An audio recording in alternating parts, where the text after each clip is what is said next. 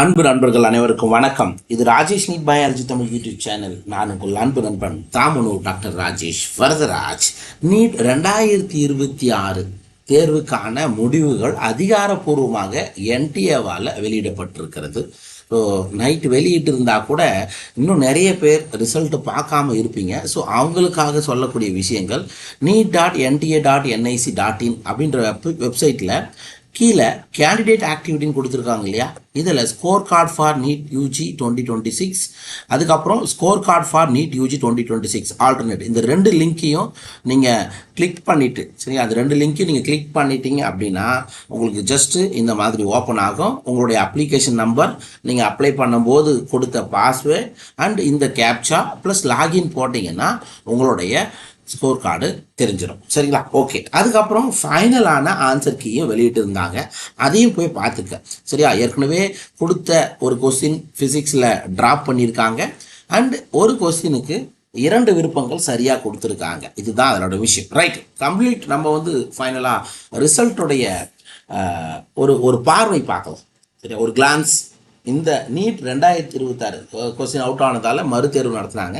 இந்த 2026 நீட் தேர்வில் என்னென்ன முக்கியமான கவனிக்கப்பட வேண்டிய விஷயங்கள் நடந்திருக்கு அப்படின்றத நம்ம பார்க்கலாம். ஸோ முதல்ல ப்ரெஸ் ரிலீஸ் என்ன கொடுத்துருக்காங்க அப்படின்னா, கொஞ்சம் 11.21 லட்சம் கேண்டிடேட்ஸ் இந்த இதுவில் குவாலிஃபை ஆகியிருக்காங்க. கிட்டத்தட்ட 20 லட்சம் மாணவர்கள் எழுதுனதில் 11 லட்சம் மாணவர்கள் 11.5 லட்சம் கிட்ட மாணவர்கள் குவாலிஃபை ஆகியிருக்காங்க.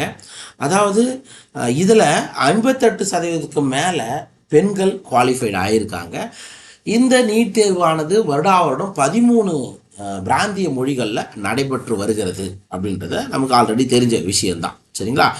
ரைட். அப்போ 20 லட்சம் கேண்டிடேட்டில் 11.21 லட்சம் கேண்டிடேட்ஸ் குவாலிஃபைடு ஆகியிருக்காங்க அப்படின்றத நீங்கள் ஞாபகம் வச்சுக்கங்க. ரைட். அதுக்கப்புறம் இந்த ஒரு ஓவர் வியூ பார்க்கலாம். ஸோ நீட் யூஜி ரீநீட் 21ஆம் தேதி நடந்தது இல்லையா, அதை பற்றின ஓவர் வியூ நம்ம பார்க்கலாம்.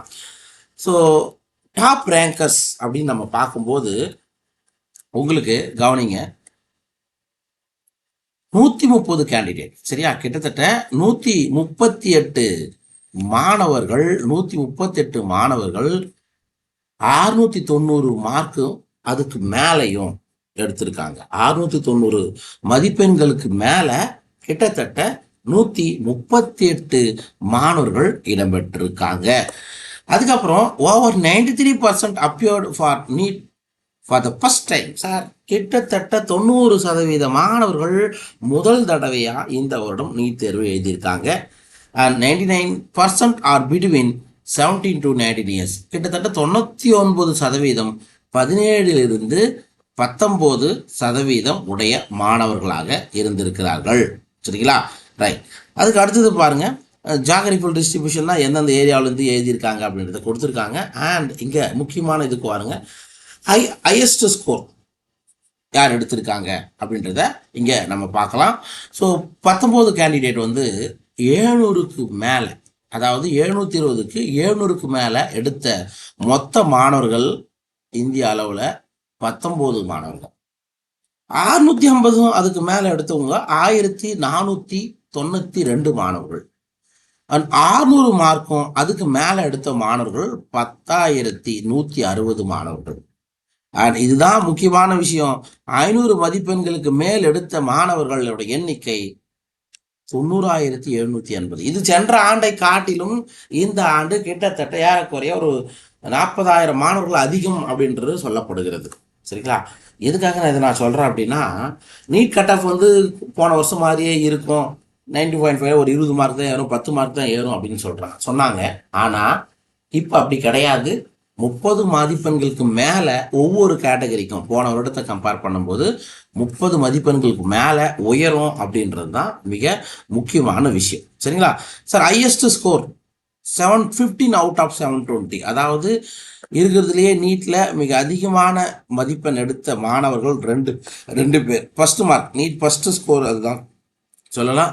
ஒன்று ஆரியன் குப்தா பஞ்சாப், அதுக்கப்புறம் பனுசல் பன்சால் ஹரியானா. இந்த 2 மாணவர்களும் 720க்கு 715 மதிப்பெண்கள் எடுத்து முதலிடத்தை தக்க வைத்துக் கொண்டிருக்கின்றனர். அப்ப போன தடவை அவ்வளோ கஷ்டமான கொஸ்டின் பிசிக்ஸ் அப்படின்னு சொல்லிட்டு பார்க்கும்போதே 686 தான் வந்தது. இந்த வாட்டியும் கேள்விகள் கடினம், கெமிஸ்ட்ரியும் கொஞ்சம் டஃப்பாக தான் இருந்தது எக்ஸப்ட் பயாலஜி. ஆனால் இந்த வாட்டியும் 715 எப்படி வந்திருக்குன்றது பரவாயில்ல, சரியா, மனசை தேர்த்திக்கக்கூடிய விஷயமா தான் இருக்கும். யாருமே இது எதிர்பார்க்கல. 700 மார்க்கை தாண்டுவாங்களா அப்படின்றதே கடினமாக அப்படி நினச்சிருந்தோம்.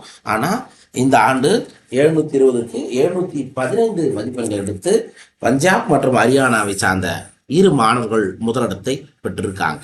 சரிங்களா சார்? கேட்டகரி வைஸ் எவ்வளோ பேர் குவாலிஃபைடு ஆகியிருக்காங்க அப்படின்னு பார்க்கும்போது ஜென்ரல் கேட்டகரியில் 2.91 லட்சம், சரியா, கிட்டத்தட்ட 3 லட்சம் மாணவர்கள்கிட்ட பொது பிரிவினர் தகுதி பெற்றிருக்கார்கள். ஓபிசி நான் கிரிமி லேயரை பொறுத்தவரைக்கும் இங்கே தான் அதிகமே, 5.12 lakhs, சரியா. அதுக்கப்புறம் எஸ்சியை பொறுத்த மட்டும் 1.59 lakhs, எஸ்டி பொறுத்த மட்டும் 63,716, சரிங்களா.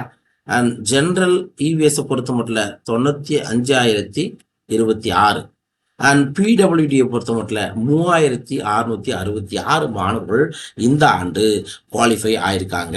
அண்டு பிடபிள்யூடி கேட்டகரி வெறும் 303 மாணவர்கள் தான் இதில் குவாலிஃபைடு ஆயிருக்காங்க.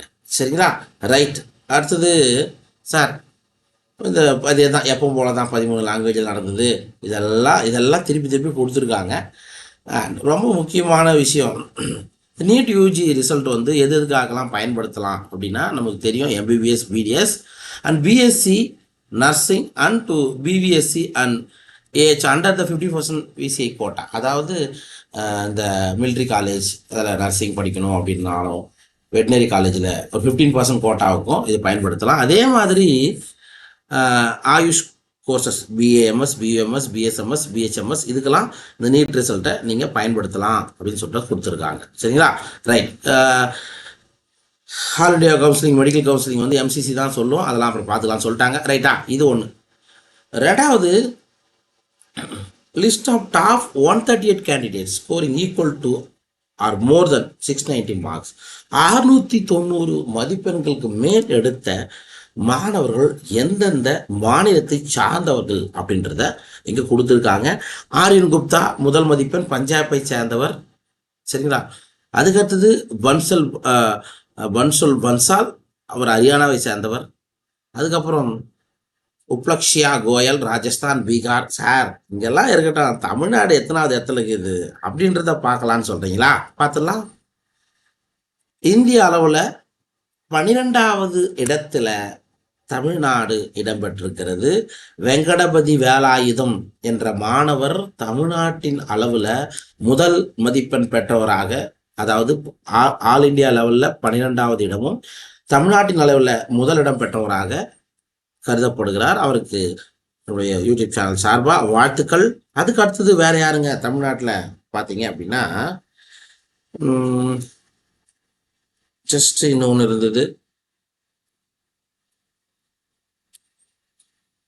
எஸ், 27வது ரேங்க் ஒரு மாணவி ஸ்ரீனிகா என்ற மாணவி 27வது இடம் பெற்றிருக்காங்க. சரிங்களா, அப்போ தமிழ்நாடுல வந்து மொத்தம்.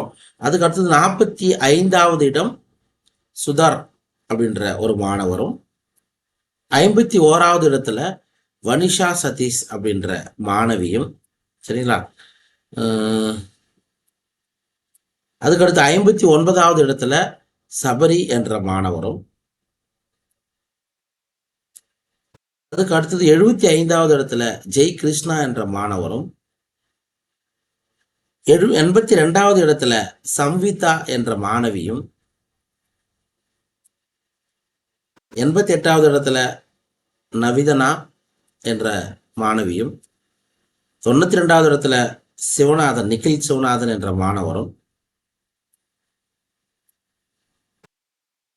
சற்று ஏறக்குறைய கிட்டத்தட்ட நீங்கள் 112வது இடத்துல ஜனனி ஸ்வேதா என்ற மாணவியும், ரோஹித் மேத்யூ 115வது இடத்திலும். ஸோ கிட்டத்தட்ட 130 மாணவர்கள், 133 பேர் 650க்கு மேலே எடுத்திருக்காங்க. அப்படின்னா கிட்டத்தட்ட 13-14 மாணவர்கள் தமிழ்நாட்டிலிருந்து இடம் பெற்றிருக்கார்கள் அப்படின்றத நீங்கள் ஞாபகத்தில் வச்சுக்கோங்க. சரிங்களா? And category wise NEET rank பொறுத்த மட்டும்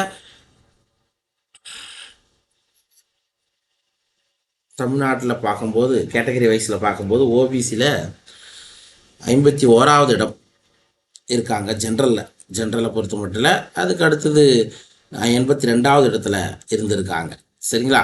அதுக்கப்புறம் மேல் டாப்பர்ஸ் லிஸ்ட் ஆஃப் 20 மேல் டாப்பர்ஸ் அப்படின்னு பார்க்கும்போது ஆரியன் குப்தா, ஃபன்ஷல் பன்சால். ஸோ இந்த ஆண்டு மாணவர்கள் தான் முதலிடம் பெற்றிருக்காங்க, பஞ்சாப் மற்றும் ஹரியானா சேர்ந்த மாணவர்கள். சரிங்களா? முதல் 2 இடம். 3வது இடம் ராஜஸ்தானை சேர்ந்தவர். ஓகே, 3 மாணவர்கள் இடம்பெற்றிருக்காங்க. தமிழ்நாட்டை பொறுத்த மட்டும் ஏற்கனவே சொன்னது போல வெங்கடபதி வேலாயுதம் தமிழ்நாட்டை சேர்ந்த மாணவராக இருந்திருக்கார். ஓகேவா? ரைட். அண்ட் அதுக்கு அடுத்தது அன்ரிசர்வ்டு கேட்டகரியில் டாப்பர்ஸ் யாருன்னு கொடுத்துருக்காங்க. சரிங்களா? அண்டு ஓபிசி நான் கிரீமி லேயரில் லிஸ்ட் ஆஃப் 10 கேண்டிடேட்ஸ் யார் யாரெல்லாம் இருக்காங்க. தமிழ்நாட்டில் ஒரு மாணவர் இருக்கார். அதில் இந்த மாதிரி கொடுத்துருக்காங்கப்பா. அப்புறம் இவிஎஸ் கேட்டகரியில் டாப் 10 யார்? சரிங்களா? இதெல்லாம் நீங்கள் தெரிஞ்சுக்கணும்னா NEET.NTA.NIC.in எஸ்சியில் டாப்பர்ஸ் யார்? சரியா? ஒரு மாணவர் கூட தமிழ்நாட்டிலேருந்து அதில் வரல. அதுக்கு அடுத்தது எஸ்டி கேட்டகரியில் டாப்பர்ஸ் இந்த மாதிரி கொடுத்துருக்காங்க. இதெல்லாம் நீங்கள் தெரிஞ்சுக்கலாம். ஓகேவா? சரிப்பா. அடுத்தது போன வருடம் இது வரைக்கும் கடந்து வந்த பாதை, எவ்வளவு மாணவர்கள் நீட் தேர்வை வருடா வருடம் எழுதி கொண்டு வருகிறார்கள் அப்படின்றதான ஒரு ஓவர்வியூவை இப்போ நம்ம பார்க்கலாம். சரிங்களா? ஸோ நம்பர் ஆஃப் கேண்டிடேட்ஸும் பொறுத்த மட்டும் 2019 15 லட்சமாக இருந்த விஷயம் 2026 22,79,743 இது வரைக்கும் ஏற்கனவே 2024 அதிகமாக எழுதியிருக்காங்க. அதுக்கப்புறமா இப்போ எழுதியிருக்காங்க. சரிங்களா? கிட்டத்தட்ட 22 லட்சம் மாணவர்கள் எழுதியிருக்காங்க. சரியா? எத்தனை பேர் அப்ளை பண்ணிவிட்டு எத்தனை பேர் வந்து ரிஜிஸ்டர் பண்ணிட்டு எழுதுனாங்க அப்படின்னா கிட்டத்தட்ட 19 லட்சம் மாணவர்கள் எழுதியிருக்காங்கப்பா. ஆப்ஷன் வந்து 2,79,848 மாணவர்கள் எழுதியிருக்காங்க. இந்தியன், NRI இதெல்லாம் கொடுத்துருக்காங்க. ஜஸ்ட்டு பார்த்துக்குங்க. அதுக்கப்புறம் முக்கியமானது கேட்டகரி வைஸ். சரிங்களா? ஜென்ரல் கேட்டகரி வந்து பார்த்தீங்கன்னா 6,65,036. அண்டு எஸ்சியை பொறுத்த மட்டும் 3,45,519 மாணவர்கள். எஸ்டியை பொறுத்த மட்டும் 1,51,366.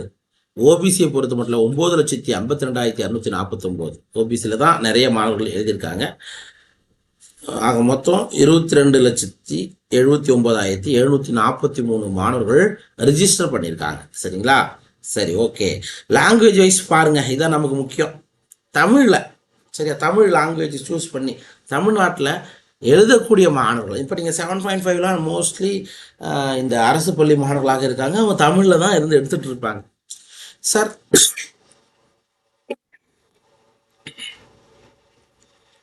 இங்கே பாருங்க, கவனிங்க.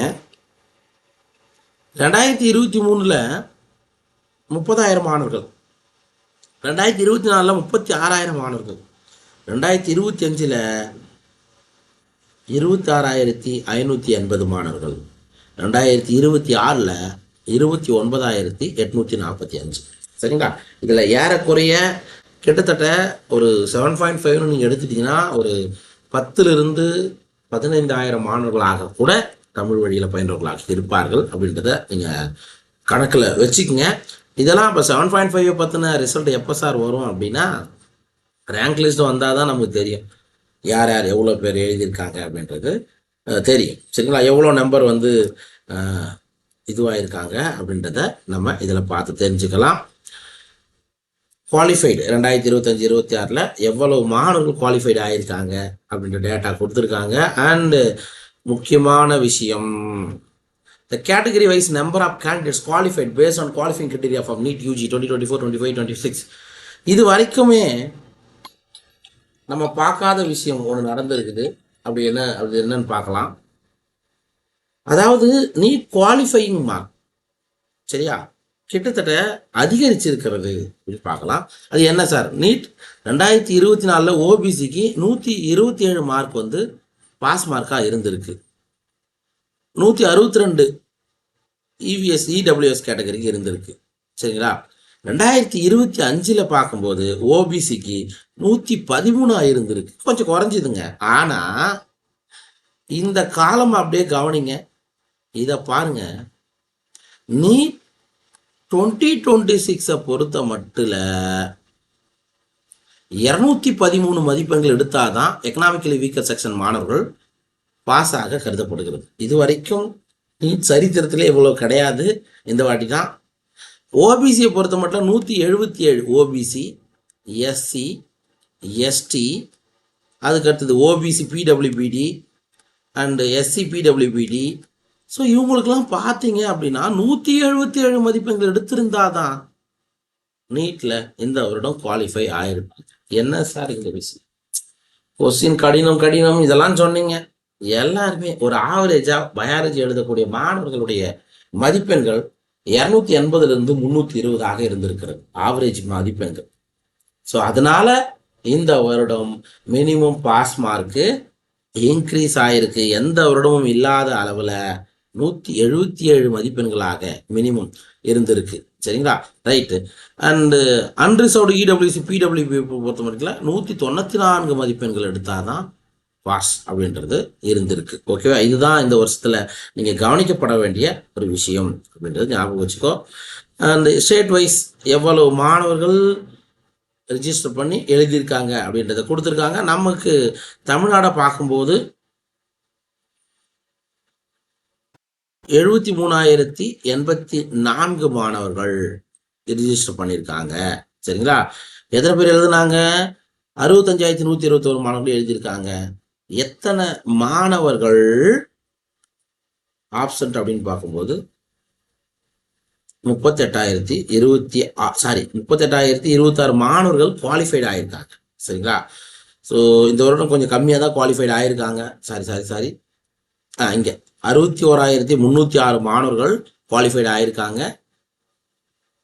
ரிஜிஸ்டர் பண்ணவங்க, எழுதுனவங்க, குவாலிஃபைடு ஆனவங்க. ஓகேவா? ஸோ இதுதான் இந்த நீட் 2026 மறுதேர்வு எழுதுகிற பிறகு நமக்கு வந்த ரிசல்ட்டோடைய டீட்டெயில்ஸ். சரிங்களா? ஸோ தயவுசெய்து இந்த ரிசல்ட்டெல்லாம் ஓரளவுக்கு பார்த்துட்டு அதுக்கப்புறம் சார் இந்த 7.5 கேட்டகரிக்கு என்ன சார் கட் ஆஃப் வரும்? எக்ஸாக்டாக கொஞ்சம் அதிகமாக தான் வரும். சரிங்களா? இந்த காலேஜஸ் இப்போ 10% மாற்றினாங்கன்னா கொஞ்சம் குறைய வாய்ப்புகள் இருக்குது. இல்லைனா நம்ம என்ன ப்ரிடிக்ஷன் பண்ணியிருக்கோமோ அந்த ரேஞ்சு வரலாம் அப்படின்றது தான் நம்ம கருதப்படுகிறது. ஸோ இதை குறித்து வரக்கூடிய காணொலிகளை நம்ம டீட்டெயிலாக பார்க்கலாம். சரிங்களா? ஸோ மீண்டும் அடுத்த காணொலி சந்திக்கலாம். அதுவரையில் உங்களோடு விடைபெற்றுக் கொள்வது நான் உங்கள் அன்பு நண்பன் டாக்டர் ராஜேஷ் வரதராஜ். ராஜேஷ் நீ பயாலஜி தமிழ் யூடியூப் சேனல் இருந்து நன்றி, வணக்கம்.